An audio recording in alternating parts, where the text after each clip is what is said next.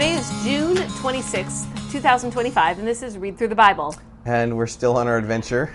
Yes, we are. Yeah, so today is Thursday, and we are actually in Washington, D.C. Right.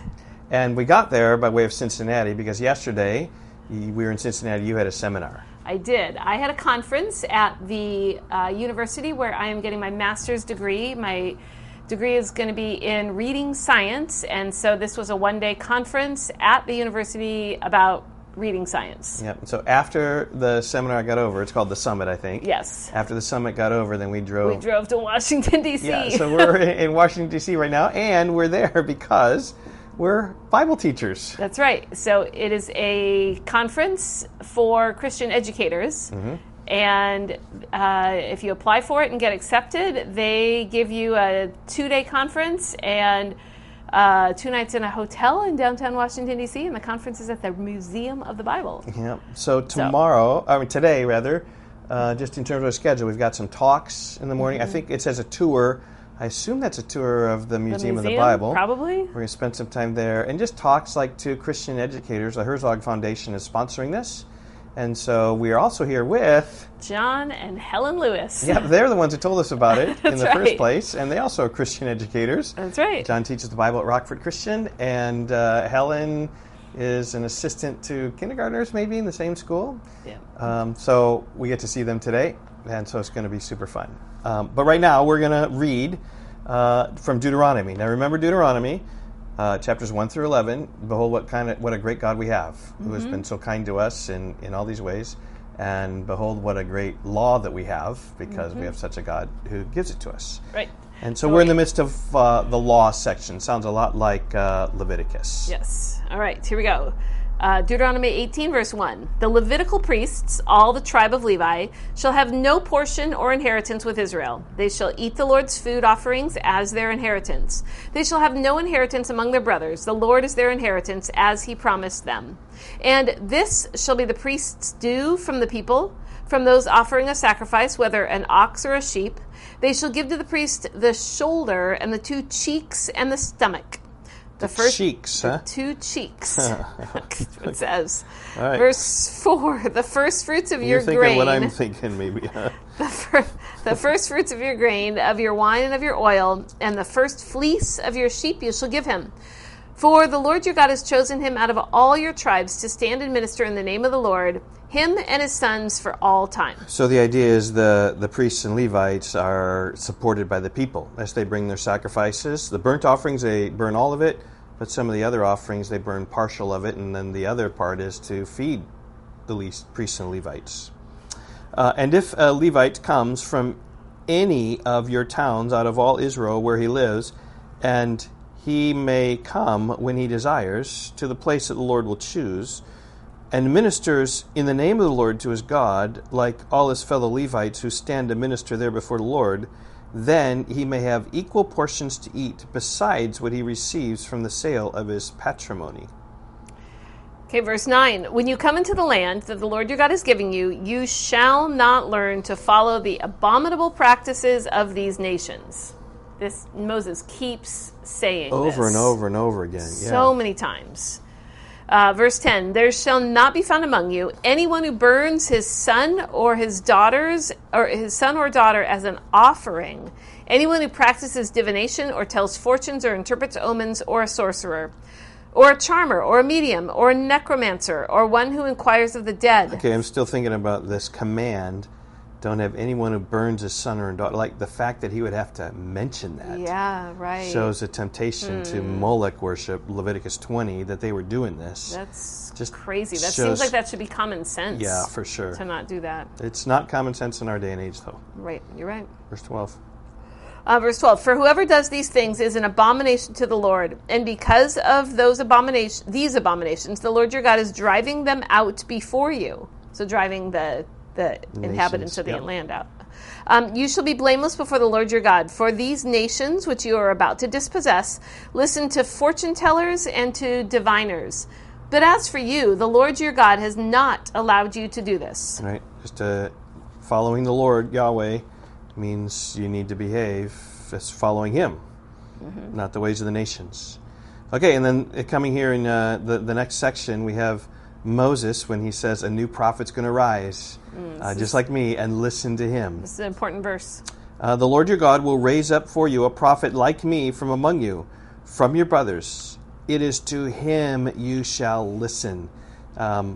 Stephen quoted this when he was preaching in Acts chapter 7 and just spoke about the holy and righteous one who he raised up. You're supposed to listen to, and they didn't listen to him. They killed him. And so Stephen was saying that Jesus was a fulfillment of this. Mm-hmm. Yes. So it is to him you shall listen. So this is a messianic prophecy. Yeah, for sure. Yeah, Moses is saying there's going to rise up one of you who's going to be a mediator. He's going to lead you to the promised land. He's going to be the Redeemer. He's going to be the Messiah. Look to him. Just as you desired of the Lord your God at Horeb on the day of the assembly when you said, let me not hear again the voice of the Lord my God or see this great fire anymore lest I die. Right? Jesus is the one who's going to go on behalf of the people, just like Moses went on behalf of the people. And the Lord said to me, they are right in what they have spoken. I will raise up for them a prophet like you from among their brothers, and I will put my words in his mouth, and he shall speak to them all that I command him. Going through the Gospel of John, this is over and over. I speak what the Father gives me. Wow. And Jesus over and over says that I come to do the will of my Father. Whatever he tells me to do, I speak. The words you gave me, I gave to them. And that's exactly what verse 18 is talking about. And then verse 19 is how important it is to follow after Jesus. And whoever will not listen to my words, that he shall speak in my name, I myself will require it of him. But the prophet who presumes to speak a word in my name that I have not commanded him to speak, or who speaks in the name of the other gods, that same prophet shall die. And if you say in your heart, how may we know the word that the Lord has not spoken? When a prophet speaks in the name of the Lord, if the word does not come to pass or come true, that is a word that the Lord has not spoken. The prophet has spoken it presumptuously. You need not be afraid of him. So you miss wrong in one prophecy, you're a false prophet. So anyway, that just speaks even to our day. Many claiming to be prophets, and yet they prophesy things which aren't right, and not sure they're prophets at all. God has not spoken those things. So anyway, chapter 18 speaks about what the Levites get, and then these abominable practices, don't follow them. And then this future prophet is going to rise. That Moses is foretelling. Yep. Okay, so now we got chapter 19. Chapter 19. When the Lord your God cuts off the nations whose land the Lord your God is giving you, and you dispossess them and dwell in their cities and in their houses, you shall set apart 3 cities for yourselves in the land that the Lord your God is giving you to possess. You shall measure the distances and divide into 3 parts the area of the land that the Lord your God gives you as a possession, so that any manslayer can flee to them. Okay, so this sounds a lot like Numbers. I think it's Numbers 34 when it talks about the different 35. It talks about the cities of refuge that are given here. This is the provision for the manslayer, who by fleeing there may save his life. If anyone kills his neighbor unintentionally without having hated him in the past, that's when someone goes into the forest with a neighbor to cut wood, and his hand swings the axe to cut down a tree, and the head slips from the handle, and it strikes his neighbor on his head so that he dies.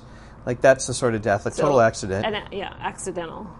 He may flee to one of the cities and live, lest the avenger of blood in hot anger pursue the manslayer, overtake him, because the way is long, and strike him fatally, though the man did not deserve to die, since he had not hated his neighbor in the past. Therefore I command you, you shall set apart 3 cities. And if the Lord your God enlarges your territory, as he has sworn to your fathers, and gives you all the land that he promised to give to their fathers, provided you are careful to keep all his commandment, which I command you today, by loving the Lord your God and by walking ever in his ways, then you shall add 3 other cities to these, lest innocent blood be shed in your land that the Lord your God is giving you for inheritance, and so the guilt of bloodshed be upon you. So this is 3 cities in the east of the Jordan, and 3 cities west of the Jordan. Right. And as I remember, those are Bezer, Ramoth, and Golan, Kadesh, Shechem, and Hebron. Yeah. Okay.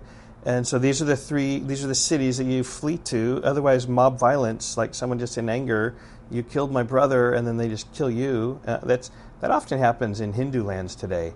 a lot of mob violence carry out justice, and that's the importance of justice that Moses is talking about here. And that probably was the case in the cultures around them, and so this was to, like all the laws, to make them distinct people. Yeah, and by the end of the chapter, we're going to hear just about witnesses and how everything needs to be done justly, and because we serve a God of justice, right. And so His people need to live in a just way.